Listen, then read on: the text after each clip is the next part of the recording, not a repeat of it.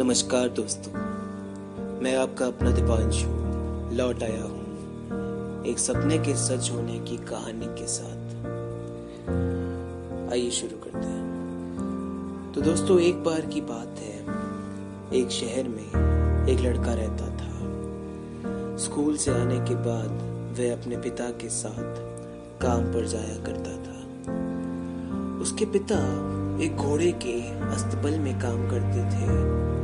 वह लड़का रोज ही देखता था और सोचता था कि किस तरह उसके पिता इतनी मेहनत करते हैं, लेकिन फिर भी वो मान सम्मान कभी नहीं मिलता जो उस अस्तबल के मालिक को मिलता है। वो रोज देखता था कि किस तरह उस अस्तबल का मालिक समाज में खूब इज्जत पाता है। एक दिन उसके स्कूल में उसके शिक्षक ने सभी बच्चों को एक लेख लिखकर लाने के लिए कहा। उस लेख में सभी बच्चों को ये लिखकर लाना था कि वो बड़े होकर क्या बनना चाहते हैं और उनका क्या सपना है। अब इस बच्चे ने रात भर जागकर एक बहुत ही बेहतरीन लेख लिखा। इसमें उसने लिखा कि वह बड़े होकर एक अस्तबल का मालिक बनेगा, जहाँ बहुत सारे घोड़े प्रशिक्षण लेंगे, और आगे अपने सपनों को पूरी विस्तार से बताते हुए उसने 200 एकड़ के अपने सपनों वाले रेंच की फोटो भी बना दी।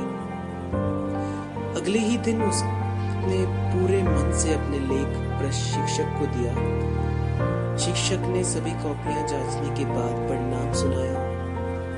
उस लड़के के लेख के लिए कोई मार्क्स नहीं मिले और उसकी कॉपी में बड़े अक्षरों से फेल लिख दिया। अब ये लड़का टीचर के पास गया और पूछा, आपने मुझे मार्क्स नहीं दिए और फेल क्यों कर दिया? टीचर का कहना था, अगर तुम भी बाकी बच्चों की तरह छोटा मोटा लेख लिख लाते तो तुम पास हो जाते, लेकिन तुमने जो लिखा है वो पूरी तरह से असंभव है। तुम लोगों के पास कुछ नहीं है, इसलिए जो तुमने लिखा है ऐसा संभव ही नहीं हो सकता।